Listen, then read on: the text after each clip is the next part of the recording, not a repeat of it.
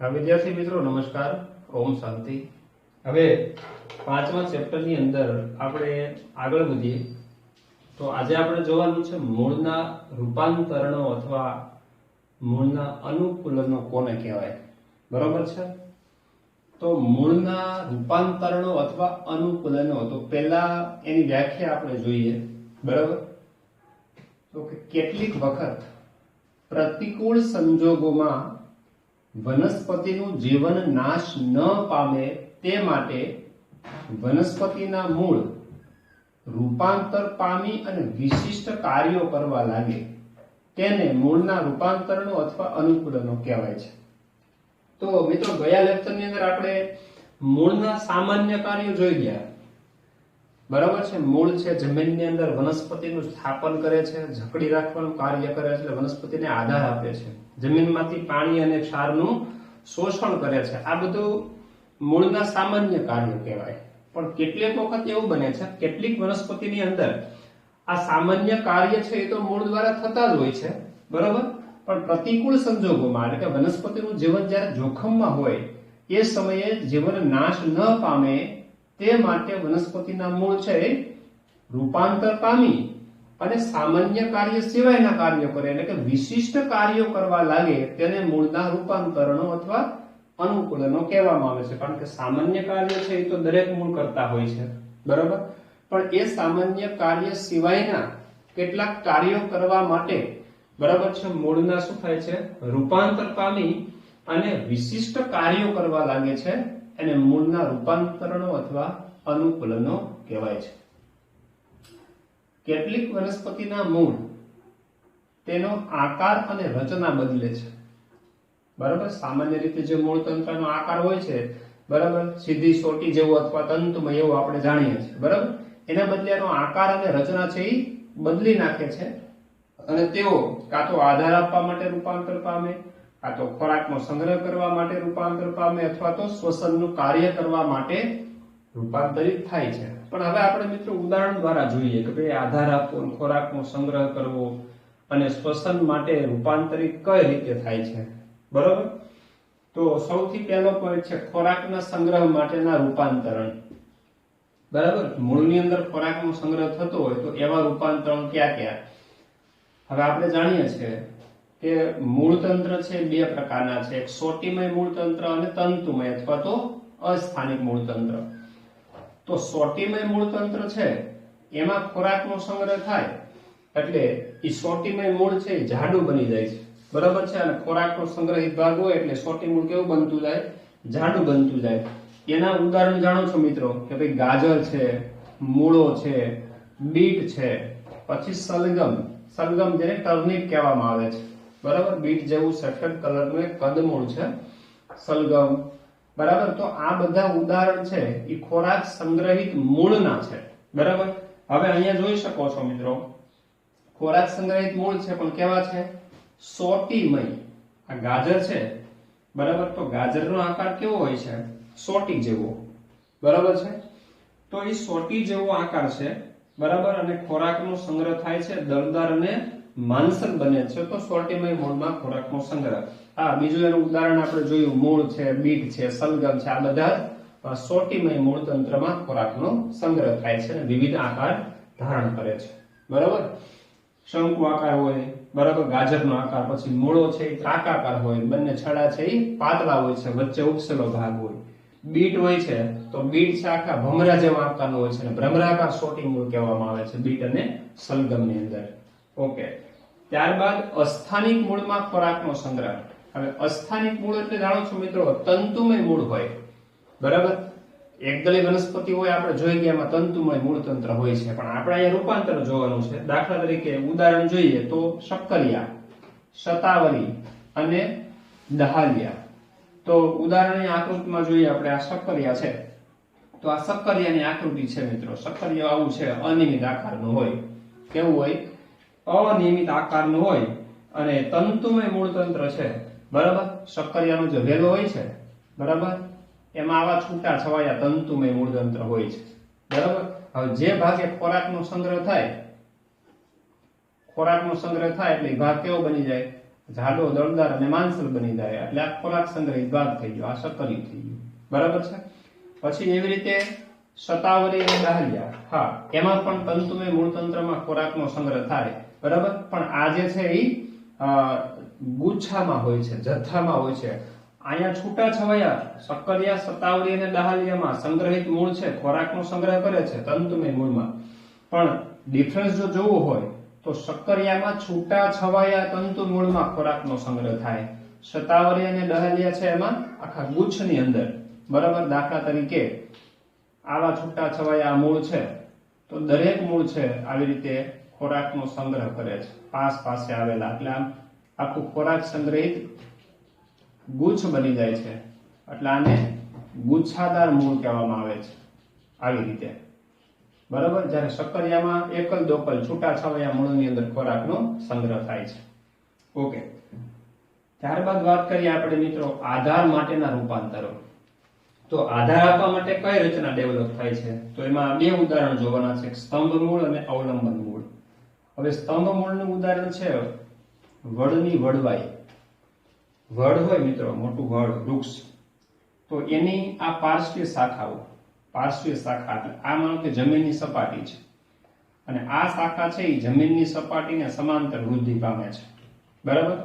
હવે જમીનની સપાટીને સમાંતર વૃદ્ધિ પામે ને આ શાખા છે બહુ જ મોટી થઈ જાય, બરાબર, તો શક્ય છે કે એના વજનથી ડાળી અહીંથી ભાંગી જાય, મૂળ જે પ્રકાંડ છે, થડ છે, એનાથી જુદી પડી જાય, બરાબર. કારણ કે બહુ પાર્શ્વ શાખા વિકાસ પામે તો એનું વજન વધી જાય, ડાળી છે એ ભાંગી જાય, પડી જાય. તો ભાંગે નહીં, આ ડાળીને તૂટે નહીં, એટલે આધાર આપવા માટે, બરાબર છે, આવા જે પાર્શ્વીય શાખા હોય ત્યાંથી આવા મૂળ ઉત્પન્ન થાય, બરાબર. એ મૂળ છે ધીમે ધીમે ધીમે વૃદ્ધિ પામી મોટા બનતા જાય, જમીન તરફ વૃદ્ધિ પામે, બરાબર. અને જમીનને અડી જાય, આ જમીનને અડી જાય એટલે જમીનની અંદર એના મૂળતંત્ર છે એ સ્થાપિત કરી દે, એમાંથી મૂળ ઉત્પન્ન થાય. ધીમે ધીમે આ ભાગ છે વિકાસ થતો જાય, વિકાસ થતો જાય, એક સમય એવો આવી જાય કે આ મૂળતંત્ર છે, સોરી, આ આપણે જેને વડવાઈ કહીએ છીએ, બરાબર. આ મૂળતંત્ર જેને આપણે શું કહીએ છીએ, વડની વડવાઈ. અહીંયા ઉદાહરણમાં લખ્યું છે કે વડની વડવાઈ એટલે પાર્શ્વીય વડની શાખાઓ પરથી આધાર માટે ઉત્પન્ન થતા મૂળને શું કહેવામાં આવે છે, વડની વડવાઈ કહેવામાં આવે છે, બરાબર. તો એ દિવસે દિવસે જાડી બનતી જાય છે. અને મિત્રો તમે જાણો છો કેટલાય એવા ઉદાહરણ છે, બરાબર, કે ભાઈ મુખ્ય જે થડ હોય છે એના જેવી પણ આ જે જાડી રચના બની જાય છે આ મૂળ. એટલે મુખ્ય મૂળ કયું છે અને એની વડવાઈ કઈ છે એ પણ ઘણી વખત, બરાબર, શોધવું છે એ મુશ્કેલ થઈ પડે છે. તો એ આધાર આપવા માટે હવે આ જે પાર્શ્વ શાખા છે ને આધાર મળી ગયો, એટલે હવે આ ડાળી છે એ પડશે નહીં, ભાંગી નહીં જાય, એટલે આધાર આપવા માટે આ મૂળનું રૂપાંતર થયું કહેવાય. ત્યારબાદ બીજું ઉદાહરણ મિત્રો અહીંયા છે અવલંબન મૂળ. મકાઈની અંદર અને શેરડીની અંદર જોવા મળે છે. મિત્રો સ્પષ્ટ રીતે આ તમે જોયું હોય કે ભાઈ આ મકાઈનો છોડ છે, તો મકાઈનો છોડ આ છે જમીનની સપાટી, જમીનની સપાટીની નજીકની આ ગાંઠ છે, આ પણ જમીનની સપાટીની નજીક કહેવાય, બરાબર છે. તો એ ગાંઠ ઉપરથી ગાંઠ ઉપરથી આવા ત્રાંસા વિકાસ પામે એવા મૂળ ઉત્પન્ન થાય.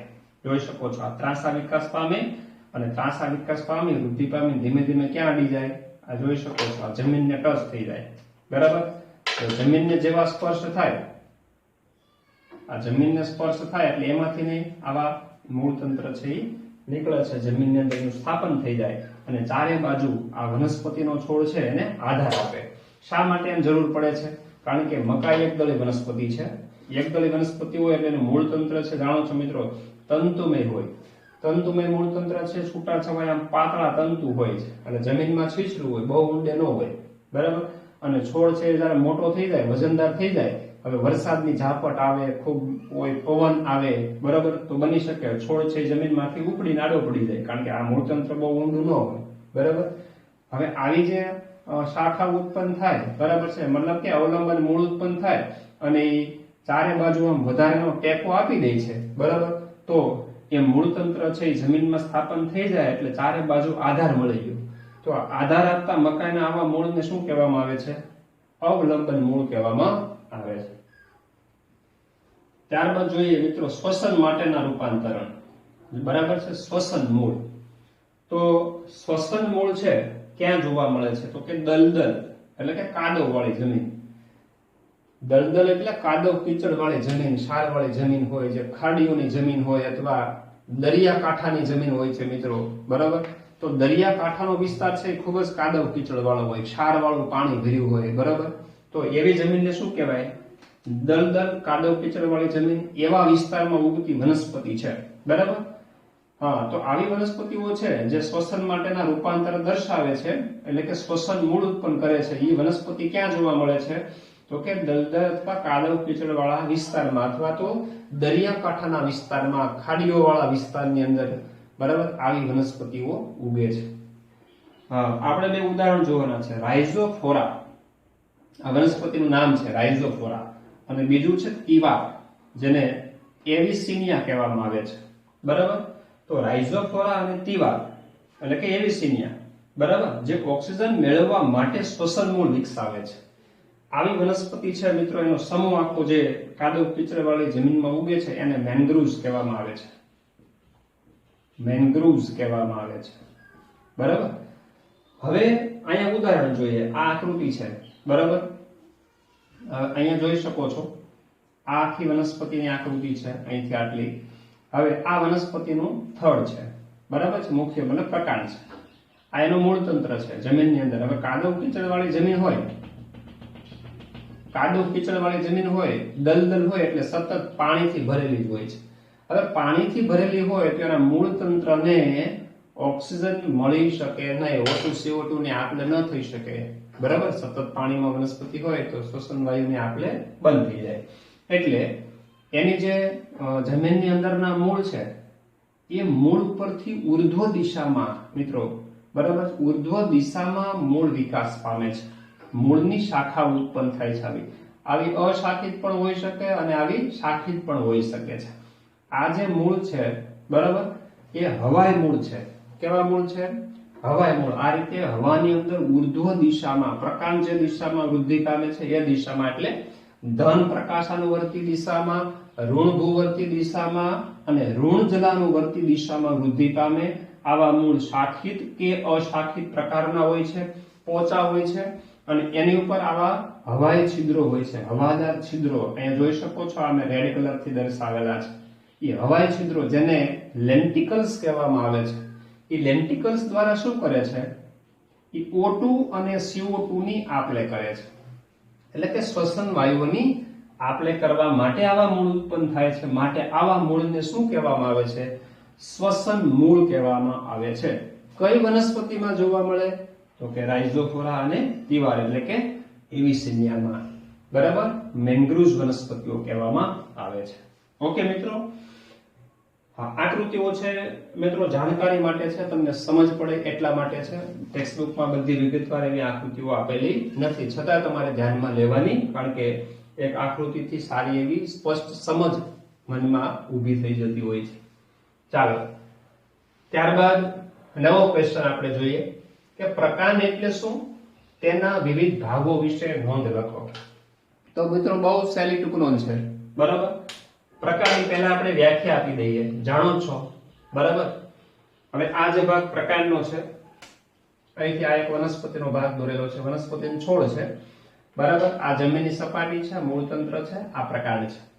તો પ્રકાંડ કોને કહેવાય? વ્યાખ્યા આપવી હોય તો કે વનસ્પતિનું જે અંગ બીજના ભ્રૂણાગ્ર, ભ્રૂણાગ્ર એટલે આદિ સ્કંદમાંથી ઉત્પન્ન થાય છે. મિત્રો યાદ કરો, મૂળ તંત્રની વ્યાખ્યા આપણે આપી ત્યારે એવી આપી હતી કે ભાઈ ભ્રૂણ મૂળમાંથી ઉત્પન્ન થતો ભાગ છે. ભ્રૂણ મૂળ અથવા તો આદિ મૂળમાંથી ઉત્પન્ન થાય એ મૂળ, અને ભ્રૂણાગ્ર અથવા આદિ સ્કંદમાંથી ઉત્પન્ન થાય તે પ્રરોહ એટલે કે પ્રકાંડ. તો વનસ્પતિનું જે અંગ બીજના ભ્રૂણાગ્ર એટલે કે આદિ સ્કંદમાંથી ઉત્પન્ન થાય તથા કઈ દિશામાં વૃદ્ધિ પામે છે? ચાલો, હવે આ દિશા છે એટલે સૂર્યપ્રકાશની દિશા. સૂર્યપ્રકાશની દિશા એટલે ધન પ્રકાશનું વર્તન, અને જમીન અને પાણીની વિરુદ્ધ દિશા એટલે જમીન અને પાણી માટે ઋણ ભૂવર્તન થશે. એટલે ઋણ ભૂવર્તન, ઋણ જલાનુવર્તન તથા ધન પ્રકાશાનુવર્તી દિશામાં વૃદ્ધિ પામે તો તેવા અંગને શું કહેવામાં આવે છે? પ્રકાંડ કહેવામાં આવે છે. ફરીથી મિત્રો, વનસ્પતિનું જે અંગ બીજના ભ્રૂણાગ્ર એટલે કે આદિ સ્કંદમાંથી ઉત્પન્ન થાય તથા ઋણ ભૂવર્તી, ઋણ જલાનુવર્તી અને ધન પ્રકાશાનુવર્તી દિશામાં વૃદ્ધિ પામે તો તેવા અંગને શું કહેવામાં આવે છે? પ્રકાંડ કહેવાય.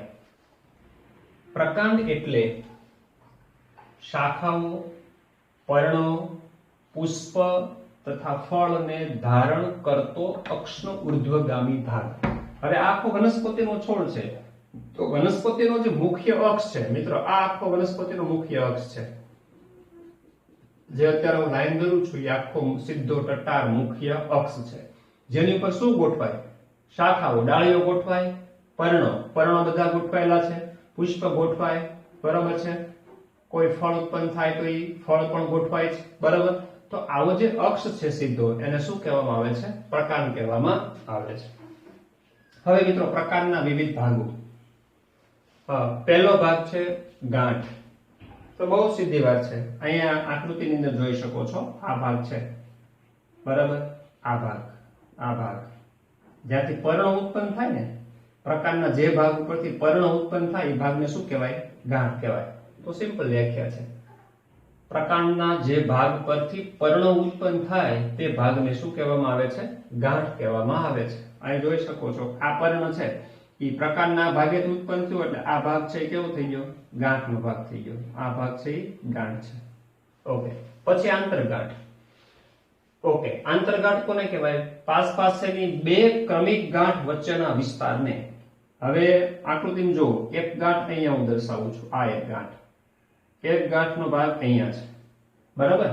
હવે બે ક્રમિક ગાંઠ વચ્ચેનું અંતર, એટલે અહીંથી આટલું અંતર થયું તો આટલો વિસ્તાર જે છે, બરાબર, અહીંથી આટલો જે વિસ્તાર છે જેને હું હાઇલાઇટ કરું છું, બરાબર, આટલો વિસ્તાર છે એને શું કહેવામાં આવે છે? આંતરગાંઠ કહેવાય, બરાબર. ત્યારબાદ અગ્રકલિકા. અગ્રકલિકા ક્યાં હોય? તો કે આ પ્રકારની ટોચ ઉપર હોય, બરાબર, તથા શાખાના અગ્રછેડે આવેલી હોય. આ શાખાનો અગ્રછેડો અને પ્રકારની ટોચ, અહીંયા પ્રકારની ટોચ ઉપર મેં પુષ્પ દર્શાવ્યું છે એટલે અગ્રકલિકાનું પુષ્પમાં રૂપાંતર થઈ ગયું એમ, બરાબર. પણ અગ્રકલિકા અને પ્રકારની ટોચે અને શાખાના છેડે આવેલી કલિકા છે એને શું કહેવાય? અગ્રકલિકા કહેવાય. અગ્રકલિકાથી થાય શું? અગ્રકલિકાનું કાર્ય શું? તો કે અગ્રકલિકાથી લંબ અક્ષે વનસ્પતિની વૃદ્ધિ થાય, બરાબર, અને નવી શાખાઓ, ડાળીઓ છે એ અગ્રકલિકાથી વૃદ્ધિ પામે છે, એ પણ મોટી બને છે. પણ ત્યાર પછીનો ટોપિક જુઓ તો ચોથો કક્ષકલિકા છે. તો કક્ષકલિકા છે પ્રકાંડ તથા પર્ણ વચ્ચેના ખૂણા. હવે આ પ્રકાંડ અને આ પર્ણ એ વચ્ચેનો ખૂણો, એટલે અહીંયા આ ખૂણો થયો ને મિત્રો, આ ખૂણો જેને આપણે કક્ષકોણ કહેવામાં આવે છે, બરાબર છે. આકૃતિમાં સ્પષ્ટ જુઓ, આ પ્રકાંડ, અહીંથી આ પર્ણ ઉત્પન્ન થયું, બરાબર. તો આ જે ખૂણો બન્યો, આ ખૂણો, એને કક્ષકોણ કહેવામાં આવે છે. અને કક્ષકોણ છે એમાં આવેલી કલિકાને કક્ષકલિકા કહેવાય. હવે આ કક્ષકલિકા છે પર્ણ અને અહીંયાથી કક્ષમાંથી અહીંયાથી પણ નીકળી શકે, બરાબર, અહીંથી આ બાજુ પણ ફૂટી શકે. રેડી? તો પ્રકાંડ અને પર્ણ વચ્ચેનો ખૂણો છે કક્ષકોણ કહેવાય. અને આ કક્ષકોણમાં આવેલી કલિકા હોય એને શું કહેવામાં આવે છે? કક્ષકલિકા કહેવામાં આવે. કક્ષકલિકા છે એનું કાર્ય શું મિત્રો? તે શાખાઓ, નવી શાખાઓ, ડાળી ફૂટે છે અને પુષ્પો ઉત્પન્ન કરે છે. હા, ઘણી વખત કક્ષકલિકા છે, બરાબર, તો એ કક્ષકલિકાની અંદર શું ઉત્પન્ન થાય છે? ઘણા બધા પુષ્પો ઉત્પન્ન થાય છે. કક્ષકલિકા છે એ પુષ્પ પણ ઉત્પન્ન કરે અને નવી શાખા છે પણ ઉત્પન્ન કરે છે. નવી શાખા ઉત્પન્ન થાય વનસ્પતિનો શું થાય? પાર્શ્વીય ઘેરાવો વધે છે, ઘાટો બને છે, ભાગ ઘેરાવો કહેવાય. ચાલો પછીનું વાક્ય છે પ્રકાંડ સામાન્ય રીતે તરુણ હોય. તરુણ એટલે કુમળું. વનસ્પતિનો છોડ નાનો હોય તો નાનો છોડ હોય ત્યારે પ્રકાંડ કેવો હોય? એકદમ કુમળો હોય, બરાબર છે, અને લીલા રંગનું હોય છે. પરંતુ પછીથી કાષ્ઠમય, જાડું, કઠણ, લાકડા જેવું બની જાય છે અને ઘેરા કથ્થઈ રંગનું બને છે. મોટી વનસ્પતિનું થડ જોવો, પ્રકાંડ જોવો, બરાબર, કાષ્ઠમય, લાકડા જેવું કઠણ હોય છે, ખરબચડું હોય, હાથ સપાટી ફેરવો તો હાથમાં વાગે, ખરબચડું થઈ ગયું હોય, લાકડા જેવું, બરાબર, અને રંગ કેવો થઈ ગયો? ઘેરા કથ્થઈ જેવો. તો આ પ્રકાંડ વિશેની વાત થઈ. હવે નાનો એવો પ્રશ્ન છે મિત્રો, પ્રકાંડના સામાન્ય કાર્યો, બરાબર. હવે પ્રકાંડનું સામાન્ય કાર્ય શું? તો કે પ્રકાંડનું મુખ્ય કાર્ય છે પર્ણ, પુષ્પ, ફળ ધરાવતી શાખાઓને યોગ્ય દિશામાં પૂરતો સૂર્યપ્રકાશ મળે તે રીતે ગોઠવવાની. હવે જોઈ શકો છો મિત્રો, આ પ્રકાંડ છે તો પ્રકાંડ સીધું વ્યવસ્થિત આમ હોય, ટટ્ટાર હોય તો એની ઉપર બધી શાખાઓ છે વ્યવસ્થિત રીતે ગોઠવી શકાય છે કુદરતી રીતે. જેવી રીતે શાખાઓ ફૂટે છે એવી રીતે પર્ણો છે છૂટા રહે છે, પુષ્પ, ફળ, બીજ એવી રીતે ગોઠવણી થાય છે એમાં કુદરતી રીતે, કે જેથી વનસ્પતિના બધા જ ભાગોને પૂરતો સૂર્યપ્રકાશ પ્રાપ્ત થઈ શકે છે. તો આવા બધા વનસ્પતિના ભાગો છે, પુષ્પ, પર્ણ, ફળ, બરાબર, આને યોગ્ય દિશામાં ગોઠવવાનું કાર્ય છે જેથી કરીને પૂરતો સૂર્યપ્રકાશ મળે, એટલે પ્રકાશ સંશ્લેષણની ક્રિયા યોગ્ય રીતે થાય, એટલે વનસ્પતિની વૃદ્ધિ પણ યોગ્ય રીતે થઈ શકે. નેક્સ્ટ કાર્ય છે પ્રકાંડ. પાણી અને ખનિજ દ્રવ્યો અને પ્રકાશ સંશ્લેષણ કરતા પદાર્થોનું વહન કરે છે. ચાલો મિત્રો, હવે આપને ખબર છે કે ભાઈ મૂળ દ્વારા પાણીનું શોષણ થાય. જમીનની અંદર પાણીનું શોષણ છે એ કોણ દ્વારા થાય? મૂળ દ્વારા થાય. અચ્છા, હવે મૂળ દ્વારા શોષણ થયેલું પાણી ક્યાં આવે છે? પ્રકાંડ દ્વારા. હવે પ્રકાંડ બધાનું વહન કરે તો એ વનસ્પતિના વિવિધ ભાગો સુધી પહોંચાડે ને, બરાબર છે. મૂળ દ્વારા પાણીનું શોષણ થાય તો મૂળ ક્યાં સુધી? અહીંયા સુધી, જમીનની સપાટી સુધી, પ્રકાંડના તળભાગ સુધી પાણીને પહોંચાડે. કોણ? મૂળ. પછી હવે ચાલો અહીંયા સુધી પાણી પહોંચી ગયું, પણ હવે વનસ્પતિની ટોચે દરેક પુષ્પને, દરેક પર્ણને, દરેક શાખાઓને, પ્રકાંડને પાણી પહોંચાડવાનું કાર્ય છે વિવિધ ભાગોમાં. એ કાર્ય કોનું છે મિત્રો? પ્રકાંડનું કાર્ય છે. એટલે પ્રકાંડ છે પાણી, ખનિજ દ્રવ્યો અને પ્રકાશ સંશ્લેષણ કરતા પદાર્થોનું, જે ખનિજ તત્વો કે અન્ય ઘટકો જે મૂળમાં ઉત્પન્ન થાય છે, જે પ્રકાશ સંશ્લેષણની ક્રિયા માટે જરૂરી છે, બધા જ ઘટકોનું વહન વનસ્પતિના વિવિધ ભાગોમાં કરવાનું કાર્ય પણ પ્રકાંડનું છે. એ સામાન્ય કાર્ય છે. તો મિત્રો, આજના લેક્ચરની અંદર આપણે મૂળના રૂપાંતરણો અથવા અનુકૂલનો જોયા, ખોરાક સંગ્રહ માટેના, આધાર માટેના અને શોષણ માટેના રૂપાંતરો. પછી પ્રકાંડ એટલે શું તેની વ્યાખ્યા અને એના વિવિધ ભાગો વિશેનો અભ્યાસ કર્યો, અને પ્રકાંડના સામાન્ય કાર્યો આપણે જોયા. તો નેક્સ્ટ લેક્ચરની અંદર આપણે આગળ વધશું. ઓમ શાંતિ.